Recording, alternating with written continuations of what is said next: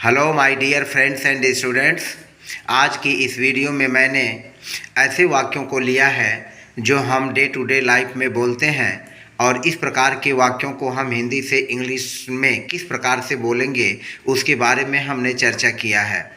और ये जितने भी वाक्य मैंने लिए हैं ये सब आदत से संबंधित हैं, हैबिट से संबंधित हैं, हैबिचुअल एक्शन को प्रदर्शित करते हैं और इस प्रकार के वाक्यों से आदत पड़ जाने का बोध होता है और वह काम जो है बार बार होता है, वह बार बार व्यक्ति करता है। तो इस तरह के वाक्यों का हम अनुवाद जो है या यूँ कहें हम हिंदी से इंग्लिश में किस प्रकार बोलेंगे, तो सबसे पहले हम स्ट्रक्चर की ही बात करते हैं। स्ट्रक्चर की बात में हमें ये है कि हम सबसे पहले लेंगे सब्जेक्ट। सब्जेक्ट के बाद सब्जेक्ट के हिसाब से जो है हम इज का प्रयोग करेंगे या एम का प्रयोग करेंगे या आर का प्रयोग कर लेंगे। सब्जेक्ट के हिसाब से इज एम आर का प्रयोग होगा। उसके बाद हम प्रयोग करेंगे यूज्ड टू का। यूज्ड टू का यूज़ कर लेंगे, यूज्ड टू का यूज़ करेंगे और फिर उसके बाद जो हमारा यहाँ आएगा स्ट्रक्चर में नाउन आ जाएगा। स्ट्रक्चर में हमारा नाउन आएगा। यह हमारा पहला स्ट्रक्चर है। दूसरा स्ट्रक्चर है, जो दूसरा स्ट्रक्चर है वह यह है कि या तो हम सब्जेक्ट का तो प्रयोग करेंगे, उसके बाद कर्ता के हिसाब से इज का यूज या एम का यूज या आर का यूज कर लेंगे और फिर जो हमने यह लिखा है अकस्टम्ड टू, इसका यूज कर लेंगे। अकस्टम्ड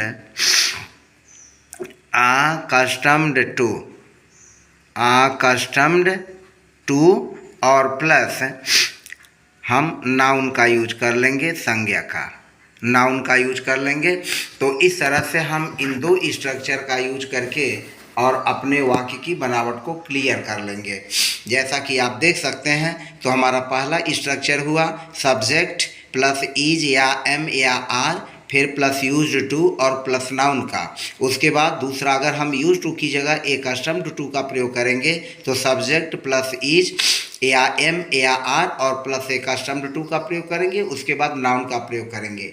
तो जैसा कि स्ट्रक्चर से स्पष्ट हो रहा है कि इस प्रकार के वाक्य जो हैबिचुअल एक्शंस को बताते हैं उनमें होता क्या है कि नाउन का आना आवश्यक है। अगर नाउन नहीं है तो उस तरह के आदत के वाक्यों का जो स्ट्रक्चर होगा वह दूसरा होगा, यानी यूँ कहें कि हम उन वाक्यों को दूसरे ढंग से बोलेंगे।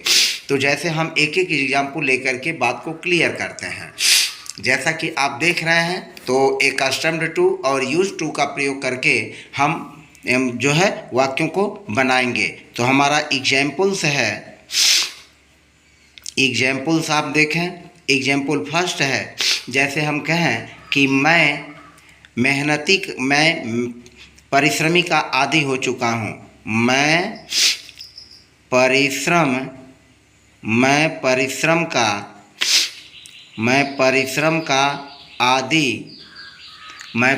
का आदी हो चुका हूँ। अब हमें बनाना है कि मैं परिश्रम का आदी हो चुका हूँ। तो यहाँ हमारा सब्जेक्ट है आई, तो यहाँ आई लिखेंगे। क्योंकि आई है तो हम एम का यूज कर लेंगे, तो आई एम और फिर लिखेंगे used to. I am used to आदी हो चुका हूँ। तो एम यूज्ड टू आदी हो चुका हूँ किसका? परिश्रम का। तो हो जाएगा हार्ड वर्क, यह हो जाएगा hard work. I am used to hard work, मैं परिश्रम का आदी हो चुका हूँ। अगर हम एक कस्टम्ड टू का प्रयोग करेंगे तब हम लिखेंगे I am accustomed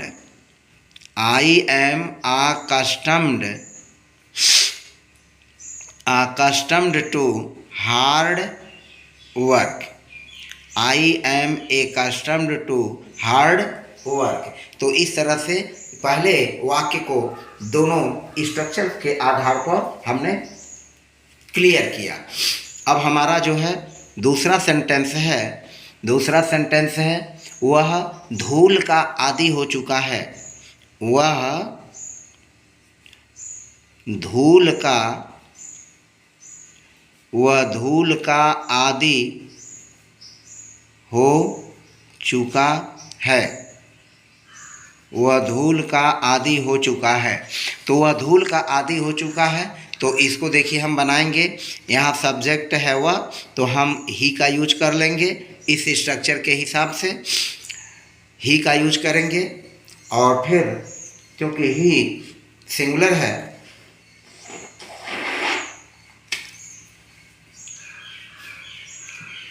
he singular है, तो यहाँ ईज का यूज कर लेंगे। He is used to dust, he is used to dust. तो इज यूज्ड टू का अर्थ होगा आदि हो चुका है, किसका? धूल का। यह हमारा नाउन है, यह जो हमारा क्या है, डस्ट जो है नाउन है। तो स्ट्रक्चर के हिसाब से यह वाक्य जो है चल रहा है। हार्ड वर्क क्या है, यह जो है नाउन है, तो यहाँ हो जाएगा नाउन। तो इस तरह से ही सब्जेक्ट हो गया, इज हमारा आया, यूज्ड टू हुआ, और नाउन डस्ट हो गया। हम इसको इस तरह से भी बना लेंगे। He is accustomed, he is accustomed to dust, वह धूल का आदी हो चुका है। फिर यहाँ चलें, तीसरा सेंटेंस लेते हैं। तीसरा सेंटेंस है हम धुएं के अभ्यस्त हो चुके हैं, हम धुएं के अभ्यस्त हो चुके हैं। अब यहाँ देखें, हमने ऊपर लिखा है आदि हो चुका है, यहाँ है आदि हो चुका है, और यहाँ हम लिख रहे हैं अभ्यस्त हो चुके हैं। तो जो बात आदि हो चुका है वही चीज़ अभ्यस्त हो चुके हैं का भी होगा। तो हम उसका भी अनुवाद इसी तरह से करेंगे। हमारा सब्जेक्ट है वी, हम, और वी चूँकि प्लूरल है तो यहाँ लिखेंगे are. We are used to smoke, धुआं। तो यह हो जाएगा noun. We are used to smoke, हम धुएं के आदी हो चुके हैं। फिर हम इसको वी आर अकस्टम्ड टू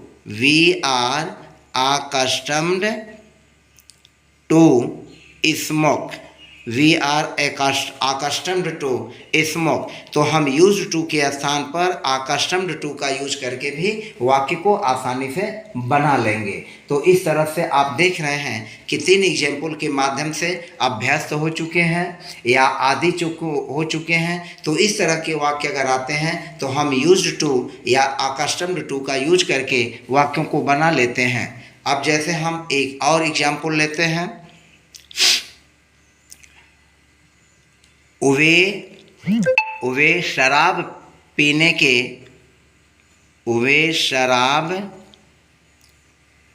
के आदी हो चुके हैं, वे शराब पीने के आदी हो चुके हैं।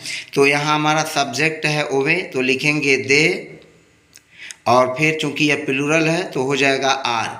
दे आर यूज्ड टू, और फिर यहाँ हो जाएगा ड्रिंक।